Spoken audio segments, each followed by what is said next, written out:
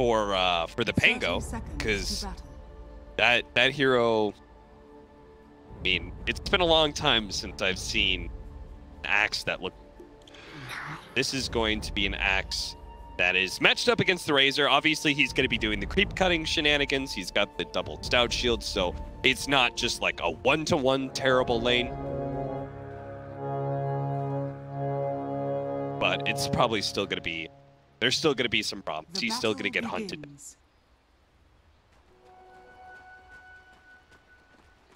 Walk away with 3 bounties for Mineski. Last time they got 4 and they got absolutely destroyed. That's true. They're one short of the bounty Exodia and still horrifically lost. So they're gonna look back on game 1, which is the one they won, which was a pretty messy game and full of aggressive action. And that is something about Mineski's lineup, right? There is pretty much no cooldown. The longest cooldown they have is like Echo Slam. But all 3 of their cores can non-stop fight. So you're not as big of a fan of this Spectre? Do you think that whatchamacallit owns him? I think the Spectre's gonna have a little bit of... He is nice against a lot of these heroes though. The Earth Shaker. Yeah. Being able to get on top of him. Playing ES against a lot of these global heroes just kind of feels bad. As Iceberg's getting a little bit low. He's got to be careful here. Doesn't want to get double side-bladed and just die. Both mid laners going to pop that salve. Last time Iceberg got the best of Moonn in that Lina versus Puck matchup, of course. Ghostic just going to opt to skip this entirely. And I like what he's doing here, especially against the Razor. Mid lane, Iceberg gets blocked out. Febby, that won't result in a kill, but Febby can still kind of force Iceberg. He's got boots all the way around. Yeah, I guess he'll just be able to keep right-clicking him for a little while.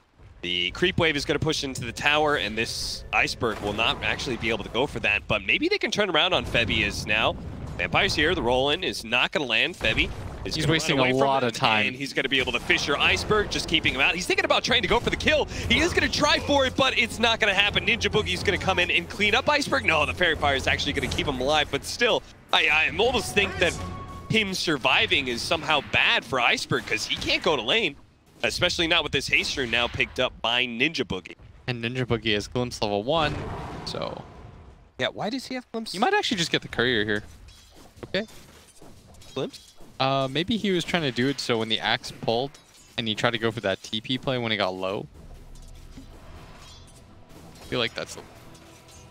Yeah, like, if he has Thunder Strike, he does a lot of harassment damage to the axe, and his life becomes significantly harder. I think the reasoning was like, if Ajit gets to do this and Ghostic tries to TP out, he would get the kill on him. But Ajit sort of just killed him by himself. Man him down. Sort of right-clicked him a bunch and suddenly Ghostic was dead. This is the trade-off for all of these offlaners, though. They cut the creep wave, but they understand the risk. Sometimes the carry is going to run back and kill you, but it does mean the carry misses out on some CS at that time. And you are still sitting at 22-0 for the CS of the Axe. He is top of the board right now. Plays, he managed to have the bash already set up, gets a lot of damage onto Slayer, but a telekinesis the other side of the Fisher will prevent anything further. Ghosted. To get body blocked in, glimpse back into the waiting arms of the Razor, and they should be able to bring it down pretty. Radiant's bottom tower. And this is where, I mean, I have to wonder, why is Ghostic cutting the creep wave there?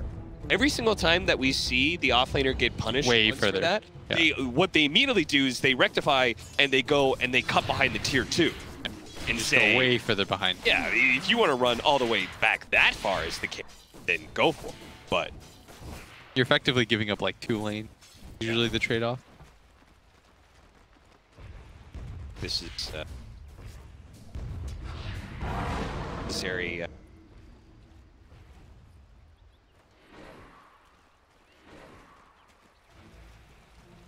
Mid lane is going very well for the Templar Assassin. 3 and 12. Top lane's going pretty well for the Slardar. Not quite the same CS as the Spectre has, but still seems to be getting Dire's middle tower is under attack. Dire's structures pressure the Spectre. It's going to get particularly hard, I think, when 5 level 6 you get the Bash of the Deep that does 175 extra damage, and Dire's shortly there. bottom tower is under attack. Not a lane the Spectre's won.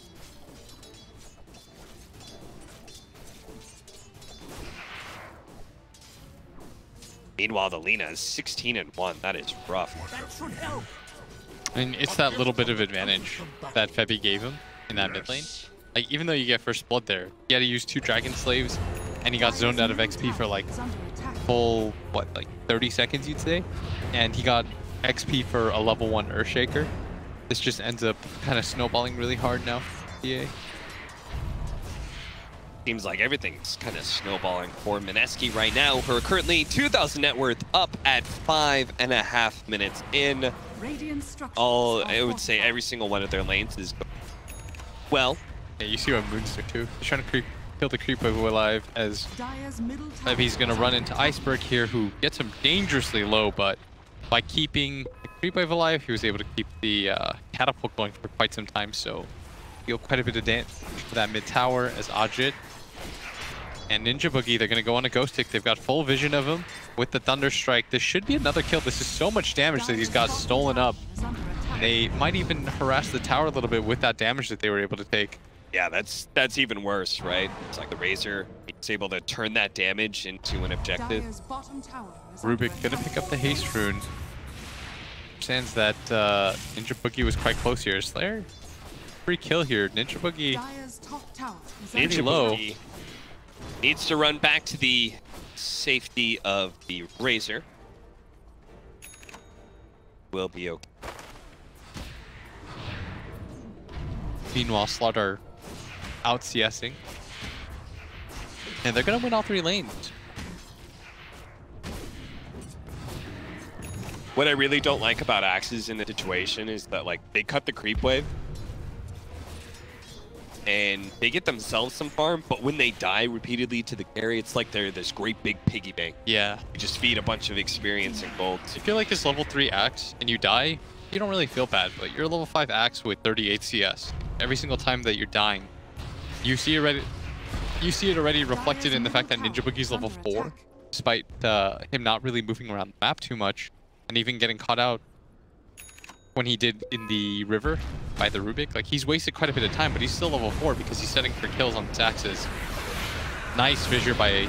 Not quite going to be enough here. That's going to be the Spectre ultimate being used. Nice use of the dagger to be able to slow down Ninja Boogie, and then he hops over to mid to join the rest of his team fight. But Ajit, he's just too strong, it looks like. They can't actually fight into this Razor, and now maybe his decision of bouncing away from that Disruptor is going to play against him as he almost dies. Fortunately, going to be saved by the Earth Spirit, who is going to be able to get the quick slow down. Nice fissure block, but Ajit is actually down to turn around and just beat Ghost Stick to death with his electric whip. It's a trap indeed. Moonn and the rest of Mineski rolling over the Pango. Managed to take that mid-tier 1 tower. Now sitting at a 4,000 gold advantage. He's just cutting the wave. He's saying like, okay, this is exactly what you want to do when people leave your lane. Protect your creep wave, get the next wave going in. This is what allows you to pressure the tower really hard. The best part about all of this for Mineski is they don't really have to commit too much to taking down these towers as Moonn. A bit trapped out, Iceberg. There's 4 heroes here. Febby does have a stun soon under the river, but not really sure how much this is going to do here. Do they have detection? No, he's just going to sit here. Okay. This is going to be a lot of wasted time for the Pango. Yeah, and he's just here. They're going to take top towers. Moon's going to recycle through some of this. He does have a refraction, but unable to get it off in time. But that was like 30 seconds of time wasted. They're probably going to lose the tier 1 tower up at top uncontested. You're giving Disruptor 3 levels at bottom. Now everyone has to completely disperse out to get any sort of farm. KP takes a free tier 1. Not the worst death in the world as a trade, as during that time, even killing the TA, they rack up their lead up to 5,000 gold in 9 minutes. I think KP's build, by the way, is kind of cool. It's a very dominant build. For the laning phase, he went base boot on Slardar. And because right now the build is always you go this 1-1-3 and then you're going to max out sprint afterwards. So most people don't, like, they think they don't need phase boots, right? Because you already get the phase from sprint itself, and obviously move very quickly, but just being able to have that phase boots for like that 2 or 3 minute window against the Spectre, I don't know how you could possibly lane against that. Yeah, the Spec's just about to get boots too. It's just all these little things. They're so far behind they can't really afford detection, so getting that TA kill takes them a little bit too long. I thought maybe he was going to go hand to Midas, the way that KP was like so far up already. Did not have the bash prepped up, so it doesn't go for attempted kill on her Spirit. Meanwhile, top over bottom lane where Moonn is going to take that tower for free, as we can see the rest of the Pango just kind of, I don't know, kind of wandering around mid. Not really sure what to do, what plays to make. Yeah, the upside is like the Axe isn't that incredibly underfarmed, as Han's gonna get popped here. They want to get Ninja Boogie. They're pretty hard committing for this, as he should die here, is gonna get popped by the ulti. I continue to go for this.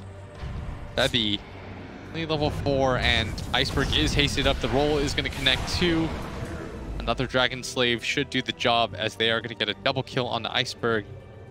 Gonna go for the TP out Ghost Stick, getting a little bit closer. Just skip this wave. But like you said, the downside is every single time he dies like this, cuts the wave, just feeding up a ton of XP. KP has just kind of had a free time up at top. He's getting a bunch of different items at once. Yeah, what the hell is KP? I have no idea. He really could not decide what he wanted to go. Look at the heat heat map. Midas, then it was Vlad's, now it's going to be Blink Dagger. Just, it's like the sampler build. Get a little bit of everything. Also, Ajit, despite the fact that they lost last game, has had a very good series. As the Jug, he was the most farmed hero in the game. As the Razor in this one, he is so ahead of the pack. I mean, Blitz, you always tell me that, like, being able to get kills and not take objectives feels like the kills didn't mean anything. Those last 2 kills for the Pango, they still lost their offlane tower, and mid and top were so pushed in, they could not stick around at this bottom lane. And they might get Febby here, who still kind of dangerously sticking around. He's pinging. I don't know. If I'm Mineski, don't you defend this? You're so much stronger than Pango. It's more like, if you're the Pango, they're so much stronger than you. Do you stick around to fight? And the answer is no, as the Razor's about to pick up his Rod of Atos. Finally, KP commits to an item build, as I'm gonna run into the Disruptor here. The what? That is a glimpse. You saw the hit follow from the TA? Yeah. Like, did a U-turn. Like a boomerang. Protect itself. The hidden ones have blessed me. The Blink Dagger first for the Templar Assassin. You've got, I think, such a dominant start to this game. Kind of feels like... Oh, he's going back for the Midas now. Okay, so he's got the casual mask. And he already had the Blink, so... And now he's got that kind of kill power with the Bash already prepped up. Lead, Blink, hit, Corrosive Haze, Crush. Actually, maybe Dire's middle tower is under attack. Crush. Either way. It's probably a kill on somebody squishy like the...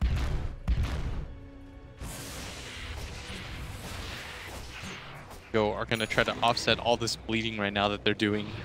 First smoke. Even taking this bottom area, you're just getting level 6 Febby. Net worth isn't even that significant. The upside for them, though, is by them doing this, and there's not a lot of objectives from it to take, because they've already taken the tier 2 tower up at top. See Febby waiting in the wings here. The roll's going to come in from the Earth Spirit. He's got no idea, though, and the blink in from Ghost Stick. He does have Fissure and Echo Slam, so they need to be able to kill him quickly. The Earth Spirit ultimate is still on him, so Febby's definitely going to take out here. That Fissure block may be able to be enough to slow down one of these heroes, and sure enough, it's going to be Slayer, who just get popped by that bash of the deep. AP will not be able to find anybody else, it seems, unless he does a wild blink into the case, so kill support for support, but again, the Pango are not able to get objective. But are they really trying to get an objective? It seems like more like they're just trying to force a rotation that allows somebody like the Spectre to get some farm lane. I mean, it's pretty important for them to grab this tier 1 tower at bottom. Even if you have this late game presence in the Spectre, it's never a good idea to just say, hey, you know what? We're not going to take any towers. That helps the Sure. But like realistically, do you think they even could? No. I think their lineup is just really outmatched pace-wise, at least for this phase of the game. Yeah. Sure, when they get later on, nicer for the Lina to be able to play, like TA going high ground. She's got some issues, as we saw in the previous series, where Iceberg was absolutely dominating.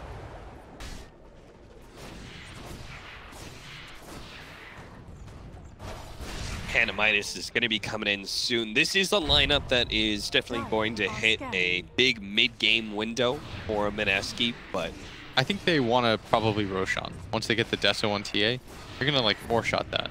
Then once you get the Rosh, you can probably feel real good about your opportunity to just go for the high ground as Axe, Ghostic, gonna run into the Disruptor here, drops his ult on Ninja Boogie, and let's see, oh, that hit. It just does so much. And it even makes it so that Ninja Boogie gets the last hit. Maybe you'll stack up the Ancients for you. It's so scary in this game, too, if you're the Pango, because there's so much catch now from... You've got the early Blink Dagger of the Slardar, the early Blink Dagger of the TA, and your Rod of Atos for the Razor. Like, if any heroes show up for too long in a lane, they're just going to get hunted down by one of the Mineski forms. We're going to see that here in the river with Iceberg. They're just pinging towards Rosh now. Is Deso complete? I think so. It's not quite. 200 gold. Need a little bit more. Bebby. Not going to be able to save this bottom tower, though. It looks like Slayer's kind of trying to stick around, see if he can actually make sure the Siege Wagon gets the last hit on the tower, and he does with that Stolen Fisher. Very nicely done. Otherwise, one of the best spells that he could steal too. Yeah. Especially, we were talking about like how much catch and initiation Mineski has. Being able to instantly cast a long-range stun like that could really help counter Mineski's aggression. So you've got the Midas completed on KP. He's securing the, let's say, later game. Yeah. Not the late game, but the later game. I mean, Slardar has no farming mechanisms, right? You got to get something that allows you to get that third point. Otherwise, you're just always stall out. Radiant are scared. Regeneration.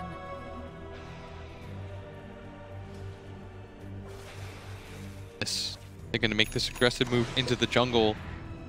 Find Bebby here, who's like 30 odd gold away from his Blink Dagger.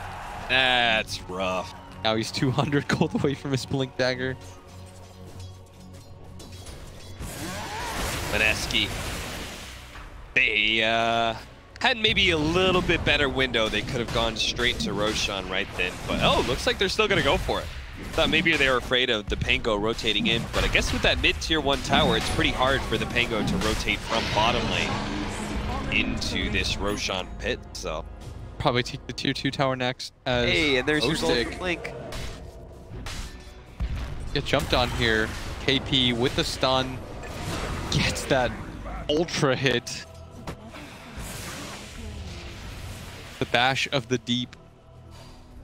As it looks like they're pinging for high ground without even grabbing any of the other tier 2 towers. This is how far ahead they think they are.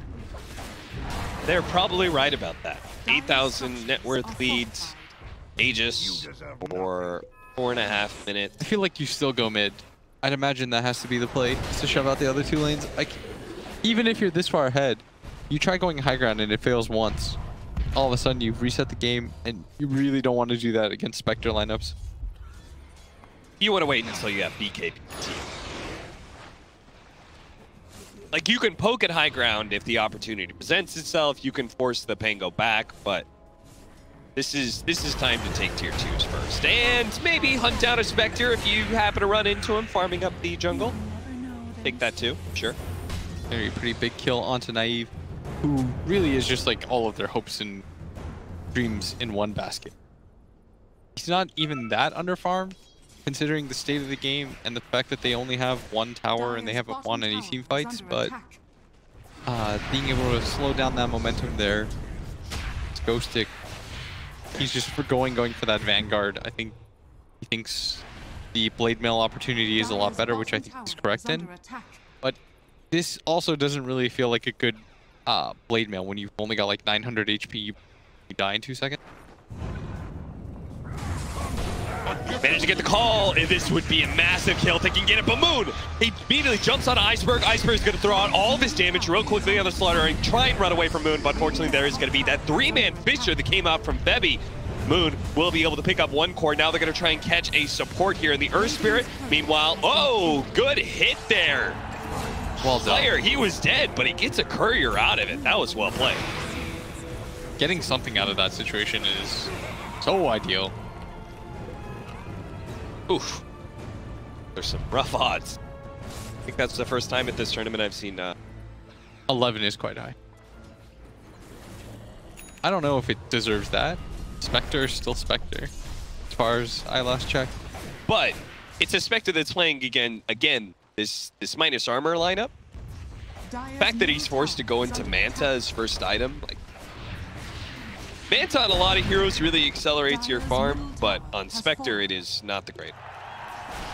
But he kind of has to, right? He's got all this minus armor, he's got the melt minus armor, he's got this corrosive haze he's got to get rid of. Can you, did they ever fix the Manta dodging blimps? No idea. I know that was taken out of the game. Not sure if it was intentional or not. Intended value.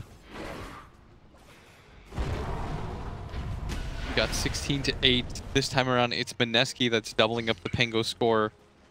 Both teams are just really aggressive, and I love that. I absolutely love that.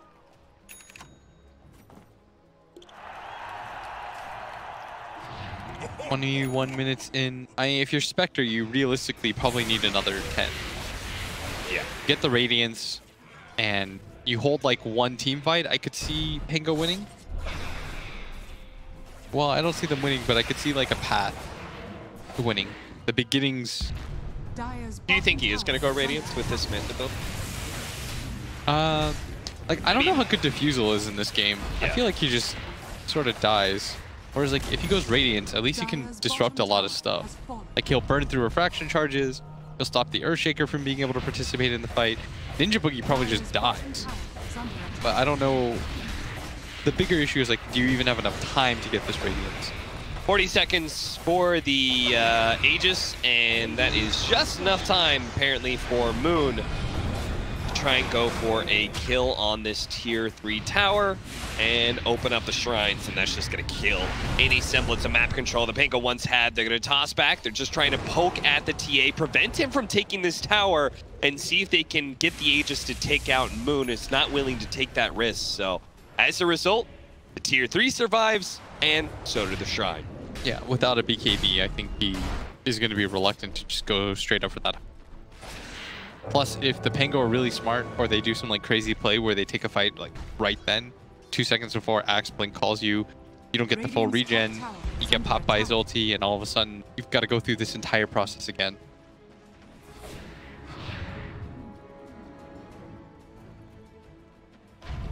Orchid. Oh, Slayer.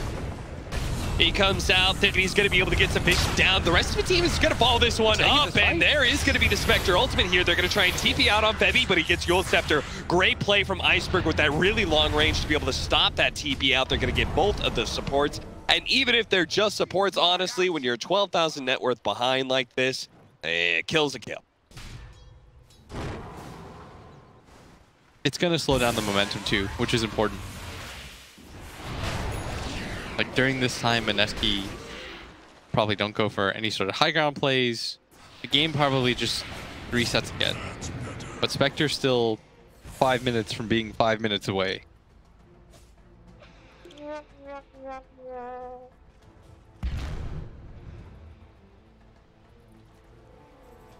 damage.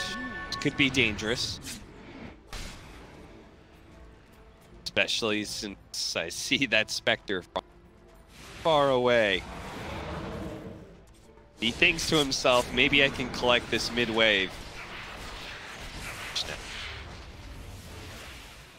Meanwhile, the only person outside of the map is the Ghost Stick Axe, who's just kind of trying to find any farm he can get. He's gonna sneak in some bounty runes, which is a smart play by him. It does mean he's not gonna be here to defend this tier 3, and it looks like Mineski are really hoping to just commit, finish it off, and back up. But there was still the glyph available for the Pango, so Mineski are gonna have to try that one more time if they hope to be able to open up shrines.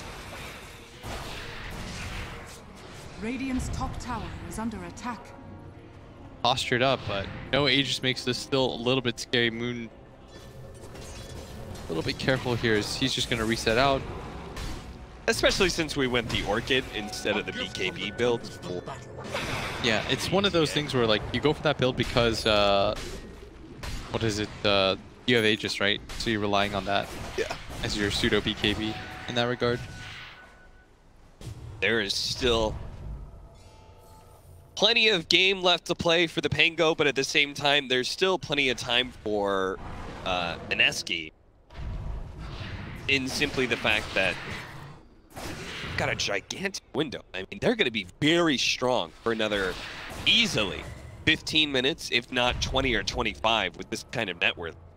They can just wait out the second Roshan, pick that one up, get their BKBs, and at that point, Pango are going to need a miracle to be able to hold against that kind of firepower. The reason why, like, everyone's probably wondering, this game's really slowed down. Mineski was playing so aggressively. You really hate playing against Spectre, messing up once, and then having to just like, okay guys, reset up. And if you lose another fight on top of that, all of a sudden, you sort of lost the game. So you're going to take this patiently so that when you do go for the high ground, you can do this in like one fell swoop. No mess ups. Everything as intended. Most likely you just wait for the Aegis. Especially since the Radiance is such a critical timer, right? It's like both your team fight item that makes Spectre come online, and it's your farming tool that makes the Spectre start accelerating with. If you're Mineski, you just wait for all the BKBs in the world. So that even when he gets Radiance, it's like it's not this like game-breaking item. So that's why they're also willing to be patient, because they're gonna pick up all these fresh 10-second BKBs. Yeah. Like they just got one on their PA and their Slaughter at the same time.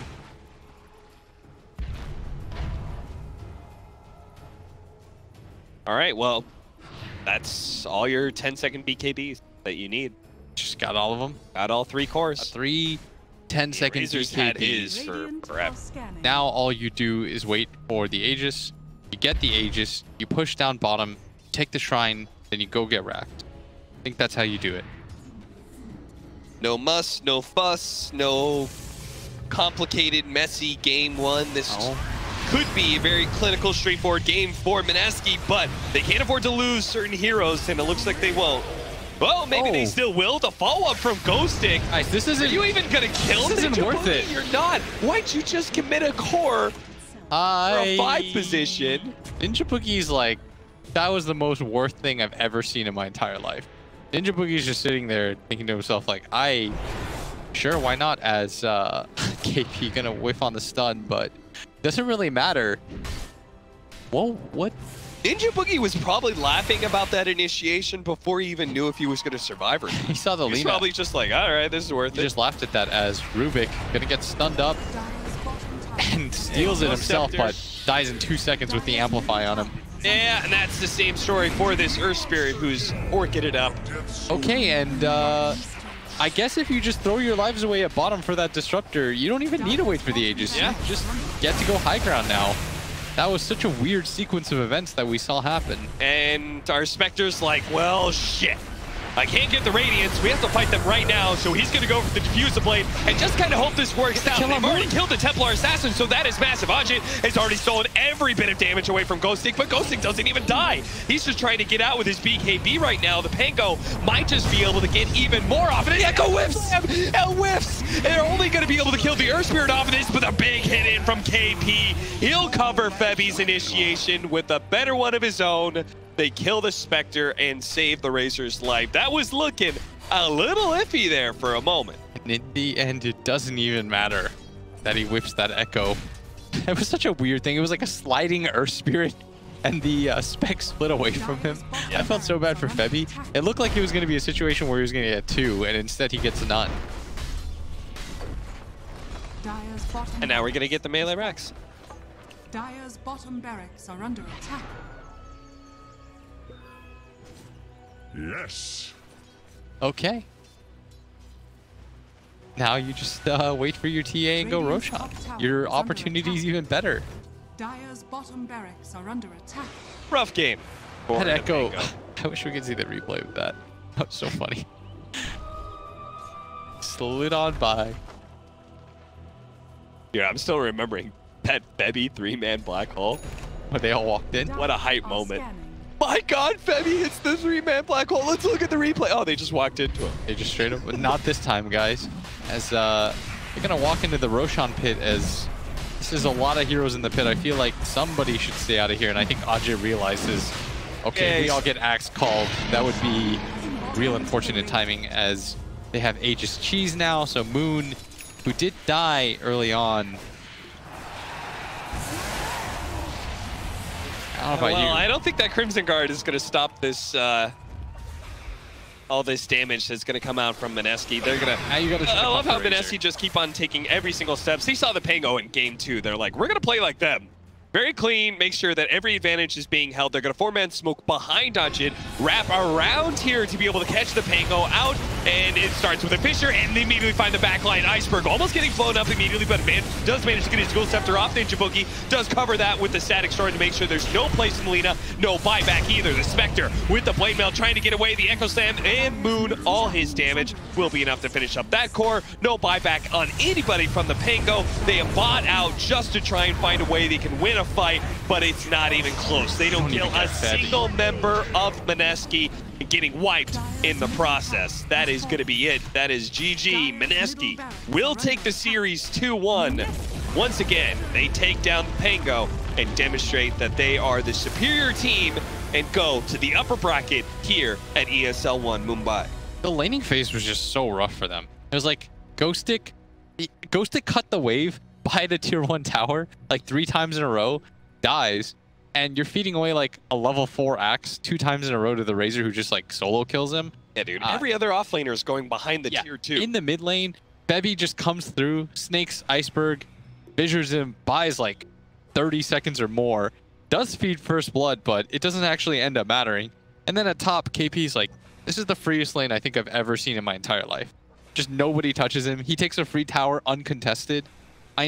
This game for Mineski, 3 lanes just dominantly won. Yeah, there's no real way for the Pango to come back because they've got the Spectre that just needs to farm. Ghostik's really their only way to just like make plays around the map, but it really felt like he wasn't really sure what to do in this game. And so it's going to be a 2-1 hard-fought victory from Mineski. Very clean victory, though, as we throw it over to the panel for their analysis. Thank you very much, Will and Cap, in the commentary booth for our third and final series of the day. A series which has ended in the favour of Mineski, and dominant performance, gents, at the end